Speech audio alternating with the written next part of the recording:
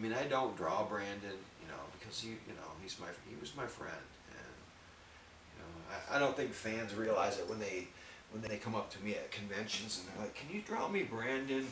Yeah, I'm like, you know, you're asking me to draw a picture of my dead friend for your entertainment, you know.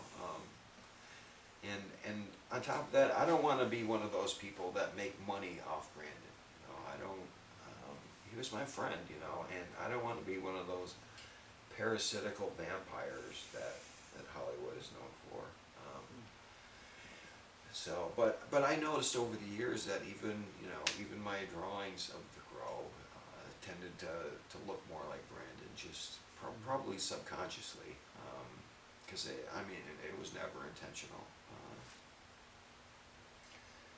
So, you know, between me, Proyas, and Brandon, we were all such pain in the asses that they finally just said, here's $10 million, go make your movie, just go away. So we went and made this movie in North Carolina, of all places. And 6 weeks later, well, a year and 6 weeks later, it was like #1 at the box office. Much to everyone's surprise, because every studio, like every publisher, every studio passed on it too. No, they're like, no, you know, they didn't get it either. You know, it was just like, it's gloomy and it's violent, and so you know, initially Paramount had the rights to it, and they're like, you know, once they saw the first cut, they totally passed on it, and as a last ditch thing, the Weinstein brothers, New Line Cinema, picked it up. For this new company they were starting out, like B movies called Dimension Films, you know, worst logo in the history of film, Dimension Films, and I think that was actually their first one, because they didn't want their name attached to it. But you know, it was like #1 at the box office for, I don't know, for something like 6 weeks, and you know, and then it went all over Europe and in Asia. So you know, this little $10 million film, and to put things in perspective, The Crow cost $10 million. An episode of ER cost $14 million. So you know, I mean, granted, it looks like it's a $60 million film, and that, you know, and I give all the credit to Brandon. I mean, to Alex Proyas and Alex McDowell, the production designer. You know, they did a really, really phenomenal job on everything. You know, there's almost no CGI in that thing. Those are all little cardboard sets and little model cars racing down the streets. But you know, Alex Proyas really knows his craft. You know, he's brilliant with that kind of stuff. So you know, and even today it still holds up really well, I think. Other than the official okay you had to give everything, were you involved, you know, on the set? Or Yeah. I went to the set, and I was there for almost the whole shooting. All the parts with Brandon, I was there for. You know, and I got to meet all the actors, and you know, I got to meet all the bad guys, and you know, the hilarious thing is I'm the big scary one.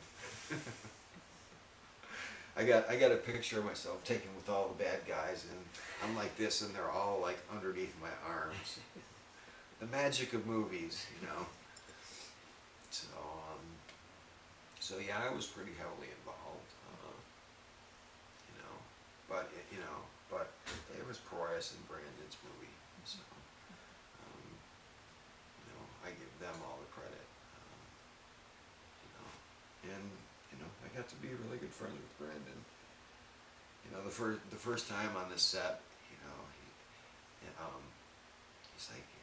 he says, I feel like Roy Batty in Blade Runner when he meets Tyrell. He says, it's not an easy thing to meet your maker. You know, it's like, okay, he won me over with that one line. So, with his death, what how was it decided how to proceed from that point? Well, it was left up to his fiance and his mother whether they wanted the film finished and released. And the reality was there was only like 6 days of filming left, and most of that stuff was supposed to be the romantic sequences between Eric and Shelley. That's why the romance element is bigger in the book than it is in the film, just because they didn't quite get to those parts. They were Boris's idea was that he would save those to the end. Sophia Shinas, who played Shelley, and Brandon, they would have had more time to get to know each other, so that they'd have been more relaxed around each other for the romantic sequences. So there's very few of those in there, and obviously a stand-in couldn't do any of that stuff for Brandon. But it was left up to his mother and his fiance whether they wanted it finished, and they said absolutely. He was more proud of this movie than anything else, and he told me that too. He said, this is the first movie I've made where I didn't feel like I was standing in my father's shadow. I didn't feel like Bruce Lee's son,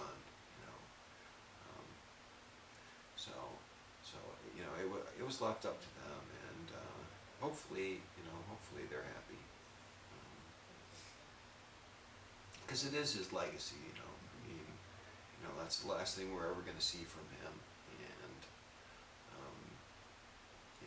and it gives you a glimmer of what kind of a big star he would be today. I think, he just had phenomenal charisma and just a really brutal physicality. There was nothing he couldn't do. And there was nothing he wasn't willing to do 4 or 5 times until he got it right, until he was happy with it. I had a lot of respect and admiration for him. You want to talk about the music for the soundtrack? Oh yeah, I want to start by asking. Yeah. You said that the Goth thing hadn't come to America yet, so Right. I'm curious how you had come across it and gotten into it. Well, I was in Berlin for a few years. After my fiance was killed, I needed to get away from Detroit, so I went to Europe, and I got exposed to a lot of it over there. Like I saw Bauhaus in Berlin,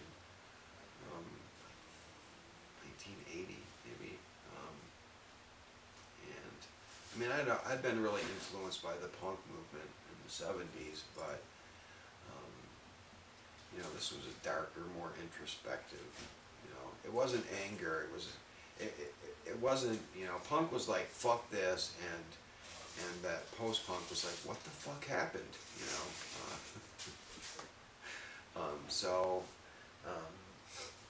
And that's and that spoke more to me. I was definitely angry, but I wanted to know why. And so I got exposed to it over there, and then when I came back, I would spend a lot of time in the import section at the record stores. So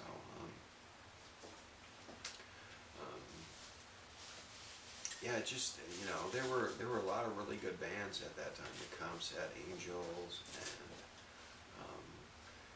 and I don't know. It was just a really magical time for music. I think the early Cure records were phenomenal. Before Robert Smith got happy. Fuck Love Cats.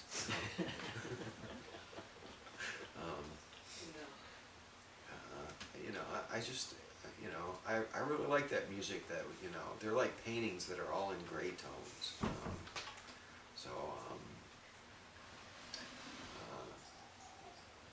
So in Detroit, as an ancillary job, there was a free newspaper called the Metro Times.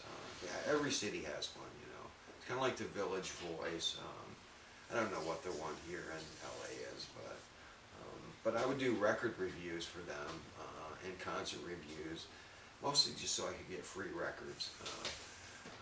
But I got to meet all the bands because of that that were coming through. Trent Reznor, Nine Inch Nails, and New Order. You know, I got to meet all these bands, and I would give them the comic to read on their tour bus. Because, you know, having been in a band, I knew how boring that could be. You know, 14 hours driving through Wyoming, you know. And so they were all fans of the book before there was a film. And when the film started to get made, and it looked like it was going to be good, I contacted all of them and said, look, you know, they're making this into a film. It's got a really good director. It's got a good star. Would you guys write something for it? You know, and I think virtually everybody I asked turned something in. You know, I think there were 32 songs altogether. And the only band I don't think I never met was The Cure. You know, I mean, I'd seen them in concert, but I had never been in contact with them. But you know, so it did give me some particular delight when, you know, he quoted some lines from the book in his lyrics. You know, so I was like, okay, at least I know he read it. You know. So, and I still haven't met Robert Smith. Cure. Have you had any correspondence with them at all? No. I mean, I've read interviews where he said, you know, some flattering things about me, but I've never. I haven't really attempted to. You know, it's, you know, that. I mean, I still listen to depressing music, but most of that stuff was a specific period in my life, and honestly, I'd listened to those records so many times that I don't even hear them anymore. You know, it's like lost time if I put on a Joy Division record. So you know, I listen to newer, and I'm not as closed off as I was back then. I'll listen to depressing folk music even. You know, as long as it's honest, I'll listen to it. You know, and I got a nice thank you letter from New Order. For exposing America to Joy Division stuff, and I got to be good friends with Trent, you know, Henry Rollins. So yeah, it was a really good experience, and I still talk to some of them. So when Crow finished, what came next? Well, when the Crow was done, when the film was done, essentially they had Hamlet without Hamlet, and they needed somebody to promote it, and you know, and since I was good friends with Brandon, and I talked to his fiance about it, and so I agreed to go on a promotional tour. Because I wanted people to see this movie for the right reason. You know, I wanted them to see it because, A, because it was good, and B, because Brandon was really proud of his work in it. I didn't want him to go see it because this is the movie Brandon Lee was killed making, you know. And so for the next 2 years, I went on like a promotional tour all over the U.S. and Europe, you know, Germany and Vienna and Italy and Spain, and whenever it premiered, you know, I would go there and talk and do interviews. Essentially, the things Brandon would have done, you know, talk shows and you know, radio interviews and newspaper interviews, you know, and plus I wanted people to know what a real sweetheart Brandon was, you know, what a kind. You know, he was like the kind of neighbor who would offer to cut your lawn for you, you know, and I wanted them to know that, and that he was really proud of his film. So I spent like the next 2 years promoting it and trying to get some work done, but it's just really difficult when you're living out of a suitcase, you know, all the time. It's difficult on relationships too. So things didn't go very well for me for a while there, you know. Partly because I felt like I was getting Brandon success, you know, it was like, you know, this was for him, you know, all this adulation and, you know, this should have been his, not mine. So that, you know, there was some residual guilt there. You know, aside from the fact that, you know, he was killed making a movie that I wrote, you know, which is dog logic, you know. I mean, I wasn't even there when it happened. You know, and at that time there was no term like survivor guilt, you know. Even if there was, I don't think I would have believed it, you know. Oh, that's nonsense, you know. But I just felt really bad, you know. You know, I kind of felt like a fraud, you know, like I'm Brandon Lee's stand-in, and that's not what I wanted, you know. I'm actually a very shy, private person, and it's really difficult for me to go out there and do that kind of stuff. Be friendly, cordial, and charming to total strangers, you know, and then answer the same fucking questions, you know, 18 times in 4 hours because every reporter comes in has the exact same number of questions, you know. And in fact, it even got to the point, you know, to where I would say, okay, we'll just dispense with the stupid questions, and I would just like, no, you know. No, there's no footage of Brandon being shot. It was destroyed, you know. No, I wasn't there, you know. So you know, it got to be really draining and tedious, and it didn't leave me in a good place. So I, you know, I was adrift in my own life for a little while. But I, you know, I mean, I always continued to keep working, and you know, I'm sure for a brief period I did have some resentment for the Crow, but you know, I mean, I've had a blessed life because of this one book, you know, my very first book, you know, you know, it's the best-selling independent book of all time. You know, 875,000 copies have been sold, not printed. You know, that's a misnomer, guys. It says 3 million copies in print. Well, there could be 4 of them sold. The rest of them are in a warehouse somewhere. No, it's I think it was 875,000 copies, and it still sells really well. And I have that author's edition coming out this month too. So. You know, it's kind of, I think it's become like this rite of passage, you know. When you're 16, you gotta listen to some Cure albums and read The Crow. Because it always mystified me, you know, like, okay, I wrote this book 20 years ago, and it's like, okay, I can see my fans are getting older with me, and then all of a sudden there'll be a whole new crop of like 16-year-olds, and I'm like, where did you hear about this? Where did you get this, you know? Oh, my dad gave it to me. Or I saw the movie on cable. I saw the movie on Starz Network, and I wanted to read the book. So, and I've watched that over and over again. You know, I still get as many, you know, 16-year-old goth girls in Bauhaus T-shirts as I did 15 years ago. You know, I mean, I think that's phenomenal. You know that.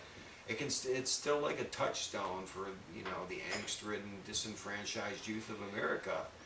You know, I mean, I think that's really cool. You know, it's not quite Catcher in the Rye, but you know,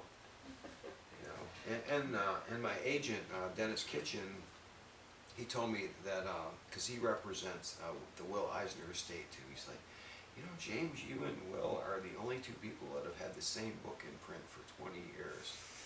I'm like, well, I mean, you know, that's some great company. I'm not fit to shine Will's shoes, but that's, you know, that is quite an accomplishment for, you know, especially for somebody who was their very first book and had no idea what they were doing, you know. So, you know, you know, that book and the fans, you know, and the first film, I've had a blessed life because of that. You know, I get to do what I love for a living.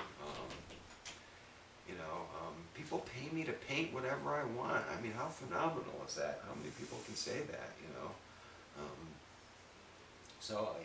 I feel really fortunate. I feel blessed.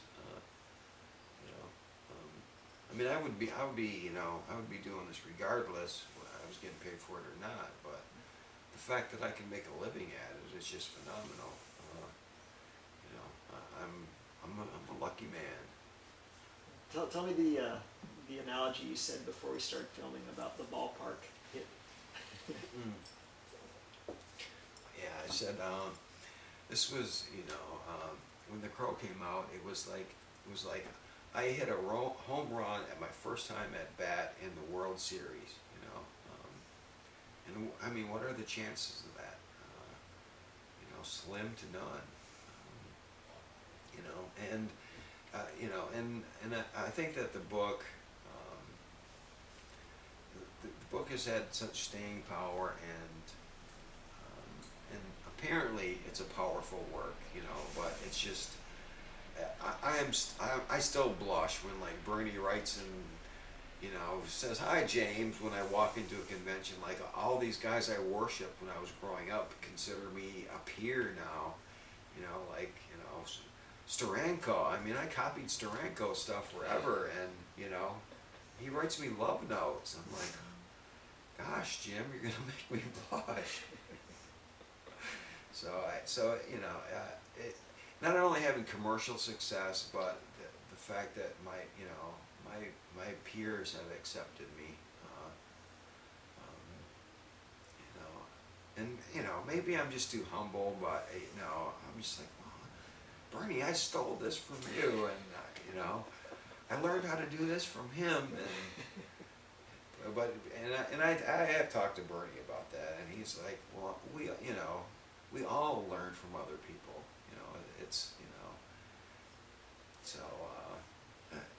it's just a really good feeling.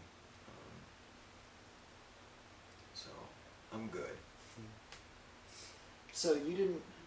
Some later books, other artists drew The Crow. Yeah. That stuff was licensed through the movie company, because it was like The Crow had a definite ending. There was no reason for me to go back to it. I mean, that story was closed. It was ended. I had nothing else to say with the character. But when you have the #1 movie in America and the #1 selling comic book on the stands, more. That's the American way. More, bigger, faster, whiter, brighter. We want more. It was licensed. I got harassed or bullied into letting them do some other books, and some of them were okay, some of them were not okay. Some good talent was involved. Charlie Adler and Alex Maleev.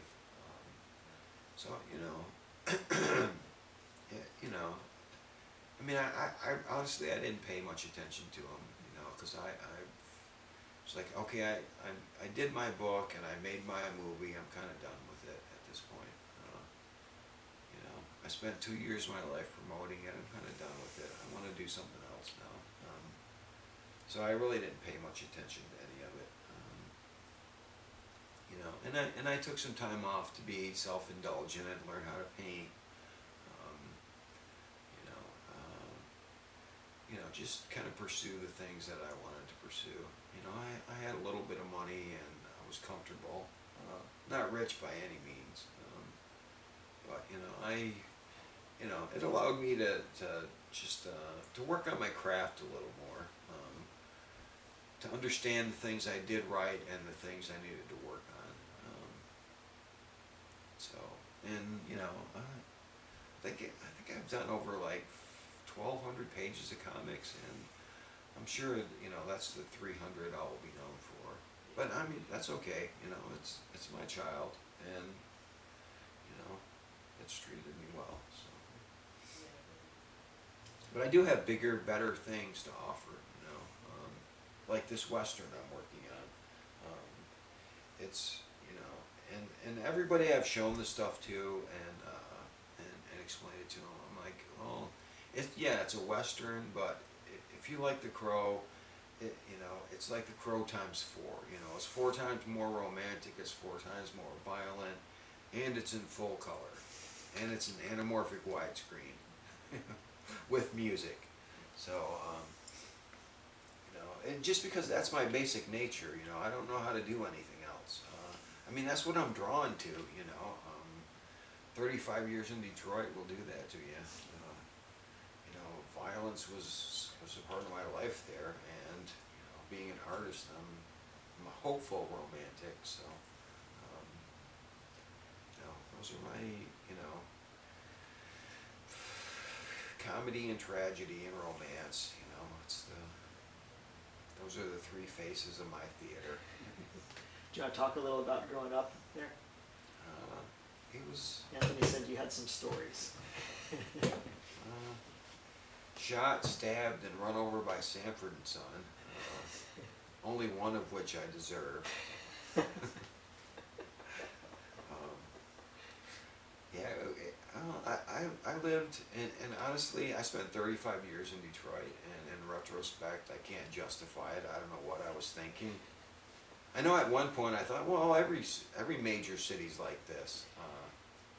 No, it isn't. You know, I mean, literally, Detroit, and now it's even 10 times worse. But it was like a war zone back then. You know, I mean, no kid should know when you hear gunshots hitting your house that the safest place to go is to go lay in the bathtub. You know, no kid should have to know that. You know, and it's, you know, and the last time I went back, you know, to visit my brother, I mean, I wasn't at my brother's house, I was at somebody else's house, but it was like, okay, we're sitting there and I hear gunshots, and you know, I'm like looking for a place to hide, and they're just listening like it's a siren going by, you know, like, wonder what that was about. Then it was just forgotten about, and it's like, it's not supposed to be this way, you know. So you know, and I don't know. I really can't justify what I was thinking at the time. Oh, it's Detroit. It's the Motor City. It's where the action is, you know. You know, but honestly, I did like. You know, I mean, you can go anywhere in the U.S. and say I'm from Detroit, and you kind of get a little instant respect. You know, I'm a white guy from Detroit, yeah, and not the good part. So you know, yeah, it was difficult, and you know, I mean, you know, all everybody in the book, The Crow, is based on a real person, and all the bad guys, and I associated with all those people. So I mean, I have as much in common with the bad guys as I do with Eric. So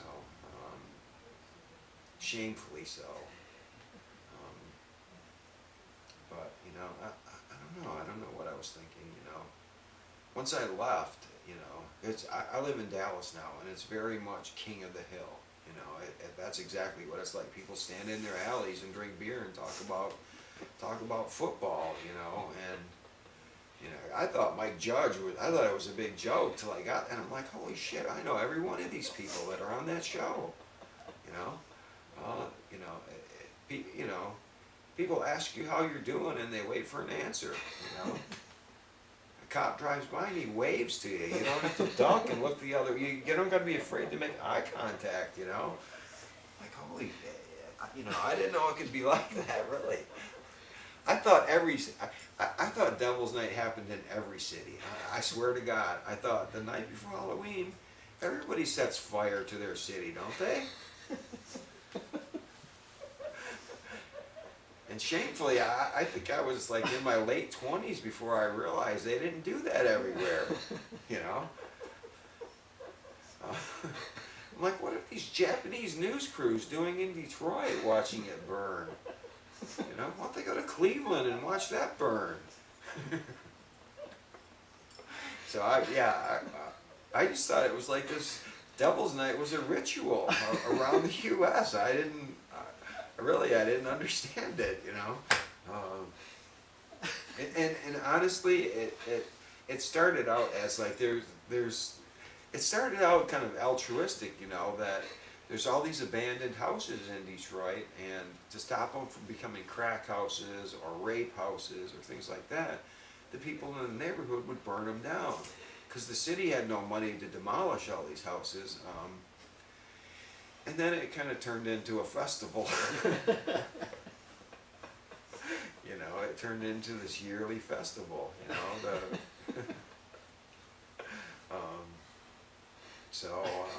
you know, but, you know, it's, you know, but now Detroit is more, it's more sad than it is threatening or scary. You know, every time I go back, I think, oh, it can't be any worse. It can't be any worse.